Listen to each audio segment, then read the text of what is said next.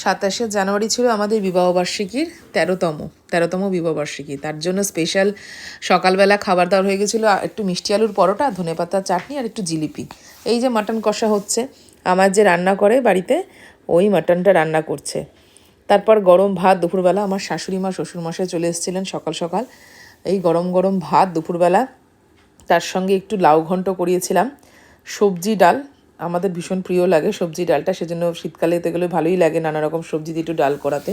সেদিনকে একটু ফুলকপি গাজর দিয়ে সিম্পল আর একটু কিশমিশ দিয়ে ডাল করেছিলাম।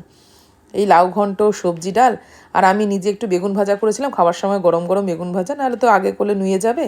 একটু এই যেরমরা যেমন দেখেছো আগে চালের গুঁড়ো, ওই একটু আটা, ওই সমস্ত দিয়ে করে দিয়েছিলাম। তারপরে এই যে খেতে বসে গেছে দাদু আর নাতনি, আমি একটু ভিডিও করে নিলাম। তারপর আসলাম মাটনের পালা।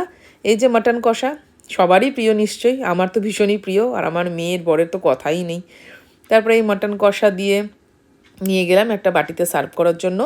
আমার শাশুড়ি মাকেও বলছিলাম তুমি একটু ভাত বেড়ে দাও, আমি দিকটা বেগুনগুলো গরম গরম ভেজে তুলছিলাম। তারপর আমি আবার চলে আসলাম, এই মাটন দিয়ে দিলাম আমার মেয়ের পাতে।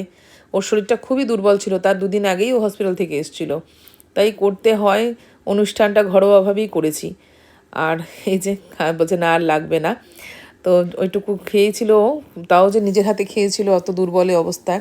তারপরে এই যে আমি দিয়ে দিলাম শ্বশুরমশাইয়ের পাতে একটু ভাত, তারপরে আবার নেক্সট আইটেম মাটন দিয়ে দিচ্ছি, মাটন কষা, একটু ঝোলঝুলি রাখতে বলেছিলাম আমি। আর তারপরে শেষ পাতে ছিল চাটনি, পাঁপড়, সেগুলো চাটনি তো রয়েছে পাশে দেখতেই পাচ্ছ, ওগুলো আর ভিডিও করার সময় হয়নি। লাস্টে আমি আর আমার কর্তামশাই বসে পড়েছিলাম খেতে, ওরা পাশের ঘরে রেস্ট নিতে চলে গেছিলো।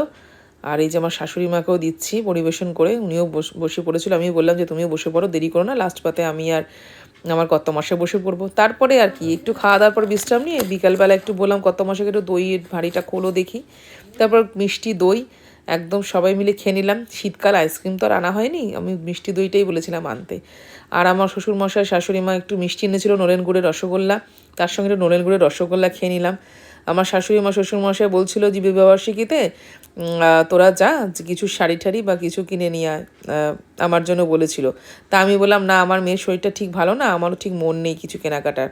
তো তারা একটা গিফট করেছিল পার্সোনালি, টাকা দিয়েছিল আমাদের হাতে, তো সেটা আমরা রেখেই দিয়েছি, পরে কিছু কিনে নেব ওখানে। তারপরে বিকালবেলা আর কি একটু ফটো সেশন হয়ে গেল, ভিডিও আর করা সম্ভব হয়নি, সেজে গুজে একদম 3জনে মিলে দেখো ফটো তুলে নিলাম। তারপরে আমার শাড়ি পোজ দিয়ে ফটো তুলে দিচ্ছিল আমার কর্তামশাই। আর তারপরে আমার কর্তামশাইরা আমি ফটো তুলবো কি, সে তো হেসেই কুটোপুটি খাচ্ছি আমরা, আমার শাশুড়ি মা ফটো তুলে দিয়েছিল। আর আমার মেয়েও খুব শরীর দুর্বল, আমি বললাম একটু দাঁড়িয়ে জামা একটু ফটো তুলে দিই তোর 2-1টা ফটো।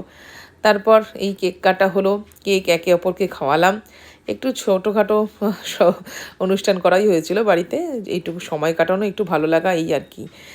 তারপরে কেক কাটা হলো, একটু সময় কাটানো হলো, এইভাবেই আমাদের বিবাহবার্ষিকী 13তম বিবাহবার্ষিকী এইভাবেই কাটলো। তোমাদের আশীর্বাদ সকলের কাম্য।